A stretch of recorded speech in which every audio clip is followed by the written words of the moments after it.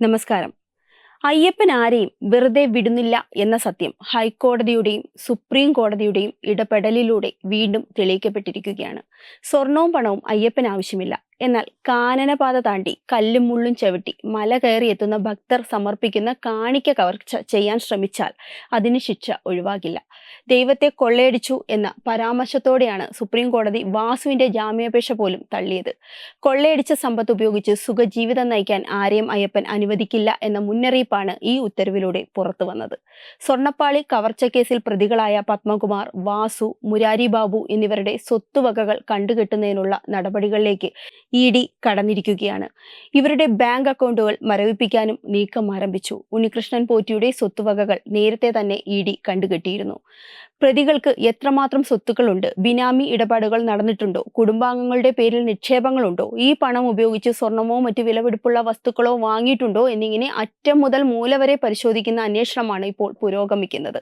ED. നടത്തിയ വ്യാപക റെയ്ഡുകളോടെ കള്ളന്മാർ കുടുങ്ങി. ഇ.ഡി., എസ്.ഐ.ടി., ഹൈക്കോടതി എന്നിവർ ഒന്നിച്ചു നിന്നതോടെ പ്രതികൾക്ക് രക്ഷപ്പെടാൻ വഴിയില്ലാത്ത അവസ്ഥയാണ് ഉണ്ടായത്. സ്വർണ്ണപ്പാളി, ദ്വാരപാലക ശില്പം, കട്ടിളപ്പടി എന്നിവ അടക്കം ക്ഷേത്ര സമ്പത്ത് മുഴുവൻ തൂത്തുവാരി കൊണ്ടുപോയപ്പോൾ ഇത്ര വലിയ പ്രത്യാഘാതം പ്രതീക്ഷിച്ചിരുന്നില്ല എന്നതാണ് യാഥാർത്ഥ്യം. അയ്യപ്പനെ അണിയിക്കുന്ന രുദ്രാക്ഷമാലയിലും യോഗദണ്ഡിലും വരെ കൈവച്ചു എന്ന വിവരം നേരത്തെ തന്നെ പുറത്തു വന്നിരുന്നു. ഇപ്പോഴും പിടികൂടിയില്ല ഇരുന്നെങ്കിൽ അയ്യപ്പനെ പോലും കടൽ കടത്താൻ മടിക്കില്ലായിരുന്നു ഇവർ. 2018 അയ്യപ്പ വിഗ്രഹത്തിൽ ചാത്തിയിരുന്ന രുദ്രാക്ഷമാലയും യോഗദണ്ഡും സ്വർണം പൂശാൻ കൊണ്ടുപോയത് വീണ്ടും ചർച്ചയാവുകയാണ്. തിരികെ കൊണ്ടുവന്നത് യഥാർത്ഥ വസ്തുക്കൾ തന്നെയാണോ എന്ന സംശയം ഇപ്പോഴും നിലനിൽക്കുന്നു. ക്ഷേത്ര പ്രതിഷ്ഠയുടെ കാലത്ത് പന്തളം കൊട്ടാരം സമർപ്പിച്ചതാണ് യോഗദണ്ഡ്. അതിനാൽ വിഷയം കൂടുതൽ ഗൗരവമേറിയതാണ്. സ്വർണ്ണപ്പാളി വിവാദത്തിൽ സസ്പെൻഷനിലായ അന്നത്തെ അഡ്മിനിസ്ട്രേറ്റീവ് ഓഫീസർ മുരാരി ബാബു, വിരമിച്ച എക്സിക്യൂട്ടീവ് ഓഫീസർ സുധീഷ് കുമാർ, തിരുവാഭരണം കമ്മീഷണർ KS ബൈജു എന്നിവർ അന്ന് മഹസറിൽ ഒപ്പുവെച്ചിരുന്നു. 2 കേസുകൾക്കും പിന്നിൽ ഒരേ സംഘമായതിനാൽ തന്നെ യഥാർത്ഥ സ്വർണം തന്നെയാണോ കൊണ്ടുവന്നതെന്ന് സംശയിക്കേണ്ടിയിരിക്കുന്നു.